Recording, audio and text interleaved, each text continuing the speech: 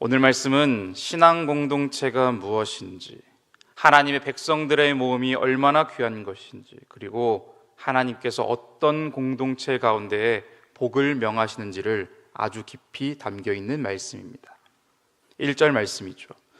보라, 형제가 연합하여 동거함이 어찌 그리 선하고 아름다운고. 여기서 말하는 형제는 단순히 혈연 관계의 그 형제만을 말하지 않습니다. 물론 본래 이 표현은 한 가족 안에서 형제들이 함께 거하는 모습과 관련이 있었을 수도 있습니다. 그러나 이 시편은 이제 더 넓은 의미로 사용됩니다. 하나님 앞에 예배하러 올라온 이스라엘 공동체, 곧 시온에 모인 하나님의 백성 전체를 가리키죠. 시편 120편부터 134편까지 성전에 올라가는 노래로 기록되어 있습니다. 순례자들이 예루살렘을 향해 올라가며 불렀던 노래이죠. 흩어져 살던 하나님의 백성들이 절기를 맞아 예루살렘 곧 시온으로 모입니다. 서로 다른 지역에서 왔죠. 살아온 형편도 다릅니다. 생각 또한 다릅니다. 처지도 다르고 사는 방식도 다르죠. 그러나 이들은 한 하나님을 예배하기 위해 한 곳에 모였습니다. 여기서 선하다라는 말은 단순히 보기 좋다는 뜻만이 아닙니다. 하나님이 보시기에 좋다는 뜻이죠. 창세기에 보면 하나님께서 세상을 창조하신 뒤 보시기에 좋았더라 라고 하셨던 그 선함과 연결됩니다. 하나님의 뜻에 맞고 하나님의 창조 질서에 부합하며 하나님이 기뻐하시는 바로 그 상태를 말하죠. 또한 아름답다는 이 말은 유쾌하고 즐겁고 그 기쁨을 주는 상태를 뜻합니다. 그러니 하나님의 백성이 하나님 앞에서 함께 거하고 함께 예배하고 함께 은혜를 구하는 그 모습은 하나님 보시기에 선하고 사람들에게도 아름다운 일이라는 것이죠. 그렇습니다. 이것이 교회입니다. 교회는 단순히 사람들이 모인 집단이 아니죠. 교회는 취향이 같은 사람들이 모인 동호회도 아닙니다. 교회는 하나님께 부름받은 사람이 그리스도 안에서 한 가족이 되어 함께 거하는 하나님의 공동체입니다. 이처럼 하나님은 흩어짐보다 연합을 기뻐하십니다. 하나님은 분열보다 화목을 기뻐하십니다. 하나님은 서로 외면하는 공동체가 아니라 서로를 품고 함께 예배의 자리로 나아가는 그 공동체를 아름답게 보십니다. 그렇다면 이 연합은 구체적으로 어떤 모습일까요? 2절입니다. 머리에 있는 보배로운 기름이 수염 곧 아론의 수염에 흘러서 그의 옷깃까지 내림 같고.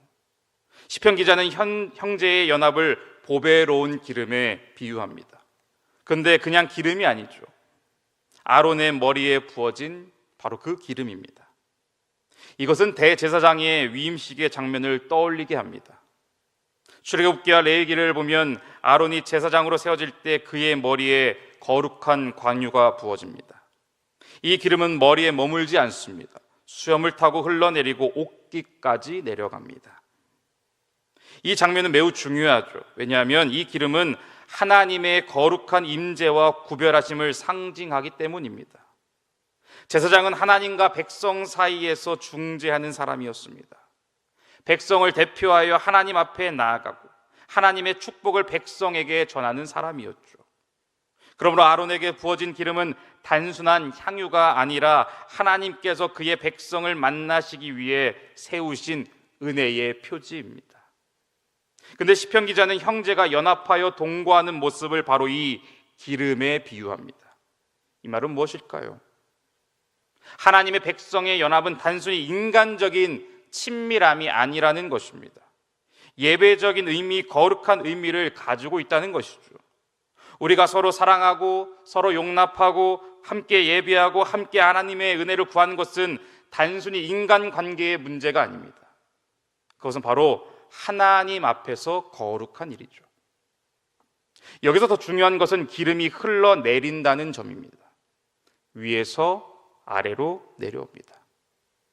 하나님의 은혜는 머물러 있지 않고 흘러갑니다. 하나님이 주시는 복은 막혀 있지 않고 흘러내립니다. 하나님께서 한 사람에게 주신 은혜가 공동체 전체로 흘러가죠. 제사장에게 부어진 그 기름이 그의 온몸과 옷까지 적시듯이 하나님께서 주시는 은혜는 교회 공동체 전체를 적시는 것입니다. 은혜는 나에게서 멈추면 안 됩니다. 내가 받은 은혜가 가정으로 흘러가야 됩니다. 내가 받은 위로는 옆 사람에게 흘러가야 됩니다. 내가 받은 그 하나님의 사랑이 공동체를 살리는 거룩한 하나님의 사랑으로 흘러가야 됩니다. 분명 아론의 머리에 부어진 그 기름은 흘러내렸습니다. 하나님께서 주시는 은혜는 흘러내리는 은혜입니다. 그럼 은혜 받은 사람은 흘러보내는 사람이죠. 용서받은 사람은 용서할 수 있는 사람입니다. 사랑받은 사람은 사랑할 수 있는 사람이죠. 하나님께 품어진 사람은 다른 사람도 품을 수 있는 사람입니다. 이어서 3절입니다. 헐몬의 이슬이 시온의 산들에 내림 같도다. 이번에는 이슬의 이미지죠. 헐몬산은 이스라엘 북쪽에 있는 높은 산이었습니다. 눈이 덮이고 물이 풍부한 산이었죠. 그곳의 이슬은 풍성함과 생명력을 상징합니다. 이 건조한 팔레스타인 땅에서 이슬은 단순한 자연 현상이 아닙니다. 그것은 생명을 유지시키는 하나님의 전적인 은혜였습니다. 메마른 땅을 적시고 식물을 살리고 새로운 생명을 공급하는 하나님의 은총이었죠. 근데 시편 기자는 헐몬의 이슬이 시온의 산들에 내리는 것 같다고 말합니다. 지리적으로 보면 헐몬과 시온은 멀리 떨어져 있습니다. 헐몬은 북쪽에 있는 높은 산이고 시온은 예루살렘의 산입니다. 그런데 시편 기자는 이 헐몬의 풍성한 이슬이 시온에 내리는 것처럼 말합니다. 이것은 단순한 기상 형상을 말하는 것이 아니죠. 하나님께서 시온에 풍성한 생명의 은혜를 부어주신다는 그들의 신앙 고백입니다. 시온은 하나님께서 자기 이름을 두신 곳입니다. 하나님의 백성이 예배하러 올라가는 곳입니다. 하나님께서 자기 백성을 만나시고 복을 주시고 그 생명을 명하시는 자리입니다. 그래서 시편 기자는 말하죠. 거기서 여호와께서 복을 명령하셨나니 곧 영생이로다. 하나님의 백성이 함께 모여 예배하는 자리입니다. 형제가 연합하여 동거하는 자리죠. 하나님의 은혜가 기름처럼 흘러내리고 이슬처럼 적시는 바로 그 자리입니다. 그곳에서 바로 여호와 하나님께서 복을 명령하셨습니다. 말씀을 보면 복을 주셨다고만 말하지 않습니다. 명령하셨다, 명하셨다. 여러분, 하나님의 복은 우연히 떨어지는 것이 아닙니다. 사람의 노력으로 만들어낼 수 있는 것도 아니죠. 하나님께서 명하시는 것입니다. 하나님께서 선언하시는 것입니다. 하나님께서 그곳에 복이 있으라고 하시면 복이 임하는 것이죠. 하나님께서 그곳에 생명이 있으라고 말씀하시면 생명이 임합니다. 하나님의 복이 명하는 공동체가 있습니다.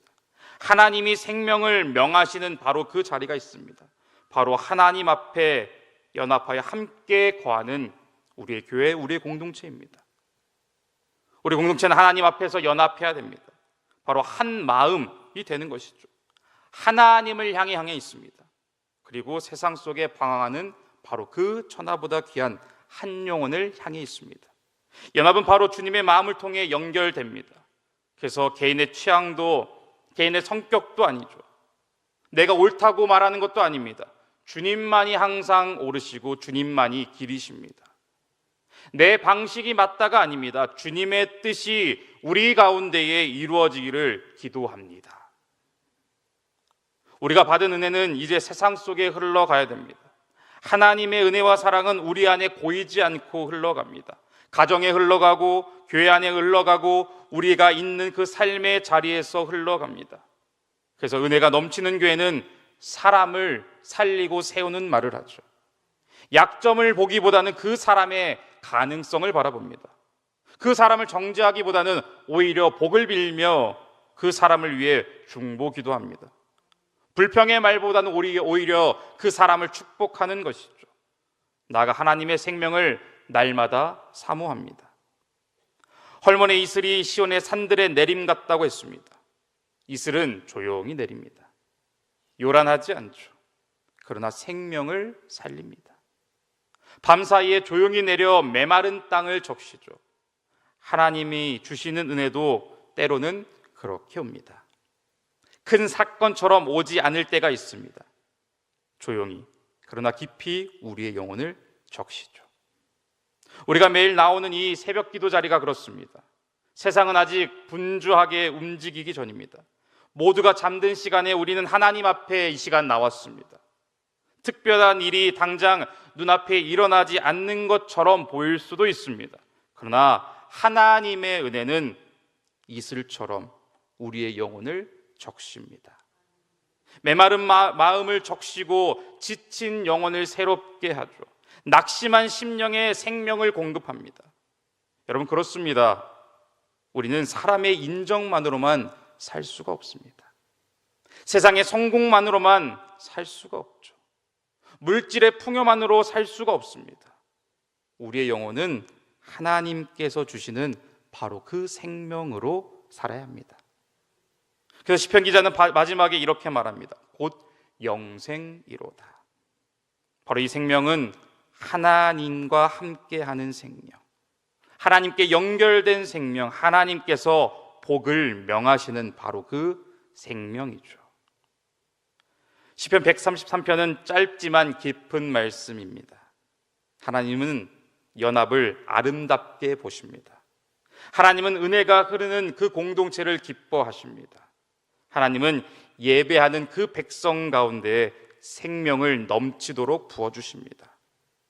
오늘 이 새벽 하나님의 복이 우리 가운데에 가득하기를 바랍니다. 상처난 곳에 회복이, 메마른 곳에는 그 이슬이, 막힌 곳에는 은혜의 흐름이 넘치기를 바랍니다. 그래서 오늘 이 하루도 기쁨으로 함께 연합함으로써 하나님을 기쁘시게 해드리는 우리 모두 다 되시기를 주님의 이름으로 간절히 소망합니다.